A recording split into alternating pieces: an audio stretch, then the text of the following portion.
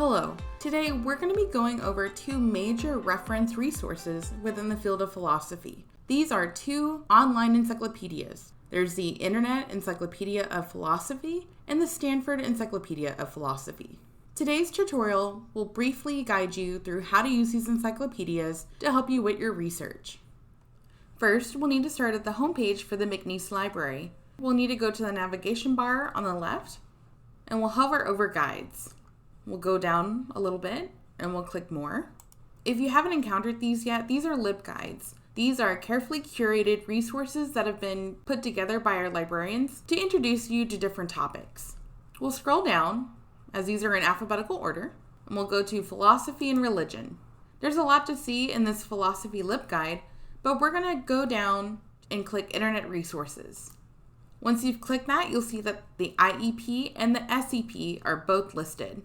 Overall, both encyclopedias are very similar. They're both highly respected because each encyclopedia requires submissions to go through a strict review process, and this review process mirrors the peer review process of scholarly journals. Of the two encyclopedias, the IEP is more easily accessible. Entries are written with the intention of being appropriate to an undergraduate audience. The SEP, however, is much more detailed and is written with a more advanced audience in mind. Another key difference is that the SEP tends to heavily skew more towards analytical philosophy. However, as with any sort of resource that you might use when working on a project or just trying to learn more about a topic, you will want to use both encyclopedias. This way, you get a more well-rounded perspective of what you're studying.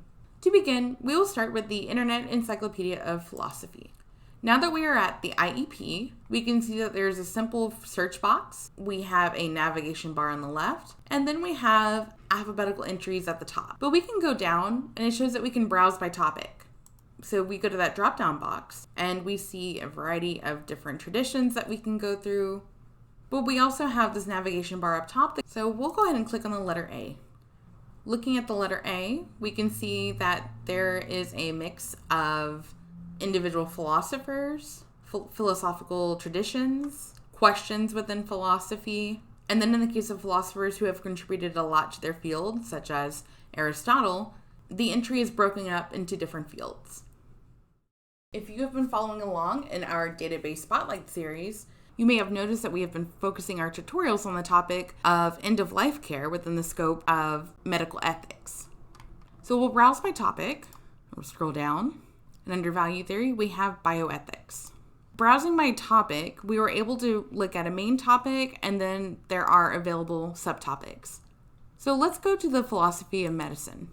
By looking at the table of contents, we can look at the major fields of philosophy that are represented, and then look at the discussions about the topic of bioethics and the philosophy of medicine as they're represented under these main fields. The Internet Encyclopedia of Philosophy is a great resource for starting out when you're working on a project within philosophy. But let us now go to the Stanford Encyclopedia of Philosophy. We'll start again from the Philosophy LibGuide. We're now at the homepage for the Stanford Encyclopedia of Philosophy. It's very similar to the IEP, so we'll only briefly go through this encyclopedia. First, let's go to Browse, and we'll look at the table of contents. Much like the IEP or any other encyclopedia, we can see that this is arranged alphabetically. To continue our line of research that we've been following, we'll go ahead and look into bioethics. So we'll click B, and we'll scroll down. So we don't have bioethics here by itself, but we do have biomedicine, and so we can click this. Much like the IEP, we do have a basic introduction to the topic, and then we have a table of contents for the rest of the entry.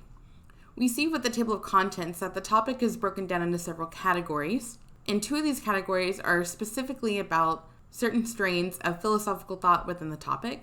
We can scroll down further, and then we have bibliography, academic tools, other internet resources, and related entries. And so let's go to bibliography. Like the IEP, we have a bibliography of sources that were used to create this entry. We'll go down further. Here's where the SEP differs from the IEP. So we have here a citation generator. This provides a citation that you can use. However, make sure that, as with any generated citation, that you double check this before you use it. We also have the ability to go to an outside website called the Internet Philosophy Ontology Project.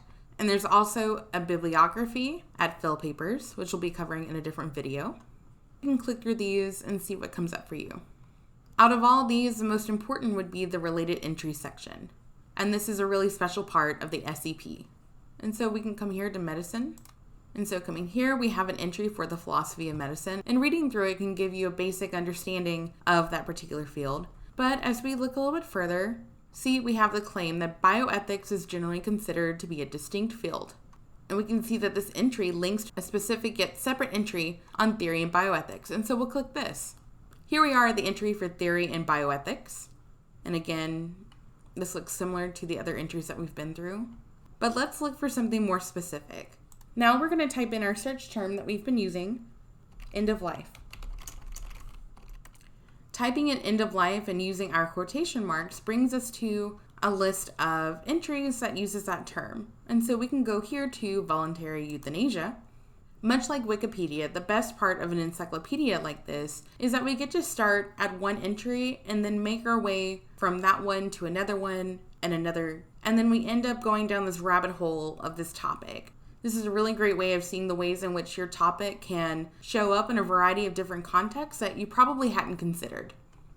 In short, the Internet Encyclopedia of Philosophy and the Stanford Encyclopedia of Philosophy each have their own strengths and weaknesses. If you're looking to learn more about a topic, I would recommend that you start with the IEP. And once you feel more comfortable with your topic after doing so, I would then go to the SEP. And here you'll get a much more in-depth understanding of your topic. You will always get a much fuller picture of the topic that you're working on if you use a variety of resources instead of just sticking to one encyclopedia or one database, whatever the case may be.